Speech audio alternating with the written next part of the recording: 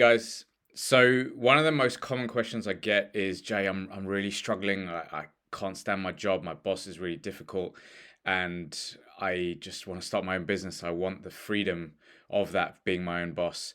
And absolutely important intention. Most people, unfortunately, don't like their jobs. But what I'd say through my own painful experiences is that launching a business is not this nirvana that everyone thinks. There's an excellent book called The E Myth Revisited, The E Dash Myth Revisited by Michael Gerber, Gerber, and he talks about why small businesses fail over 95% in the first 5 years and what to do differently. And he talks in there about most people, they get so sick of their job, understandably, then fire the boss and then become their own boss. But then we become self employed. We've effectively created not just one job for ourselves, but 15 different jobs. Then you do the marketing, you do the accounting, you do the sales, you do the finance, you do the recruitment, you do the websites, you do this, you do the admin, you do the newsletters, etc. You get the idea, right? It's not the nirvana that most people think it is. And what I say to people when they are thinking about this is I firstly start with, like, don't panic, slow down. Okay, I'm going to share with you 5 points here. Firstly, understand what you want to do. So you need to understand where you're going, what you want to do, what you want to do in the future. If you haven't figured that out clearly enough, you need to take the time to do that. Read books, find mentors, which is point 5 on my list. And maybe you do move job and leave your job, and you go into something that gives you more time, gives you your evenings back, gives you your weekends back, is less stressful. Maybe it's slightly less pay.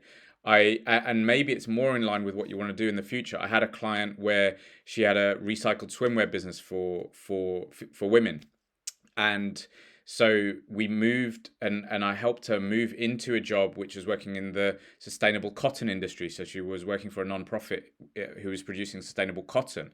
That allowed her. I can't even get my words out today. That, and I'm not editing these videos to get them all polished, right? It's just me raw.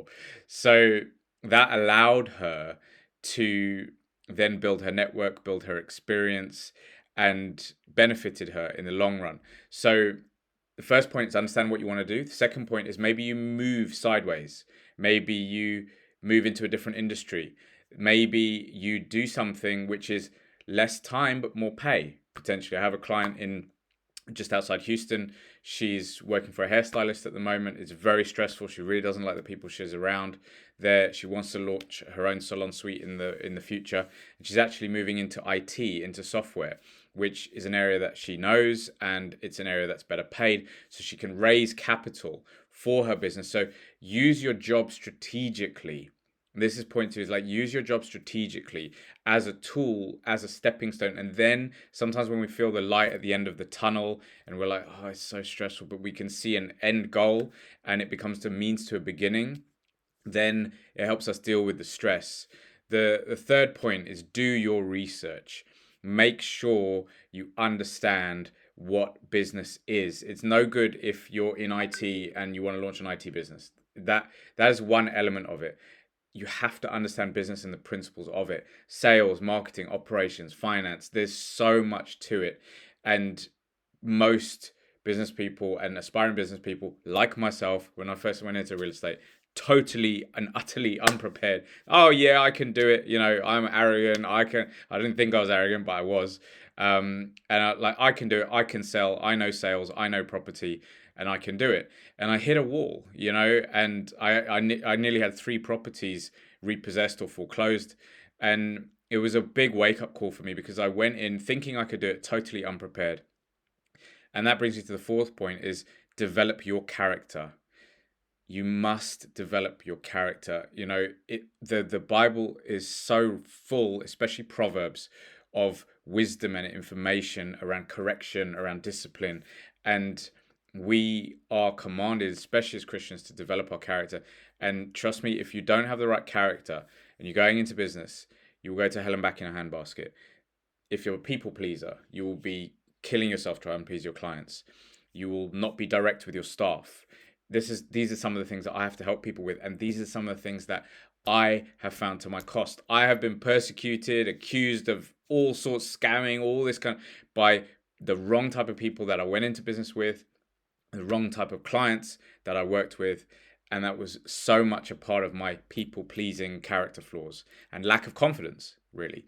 So I had to find mentors. I had to work for 15 years to work on myself. And only then did I have a foundation, because the business ultimately at the start is you.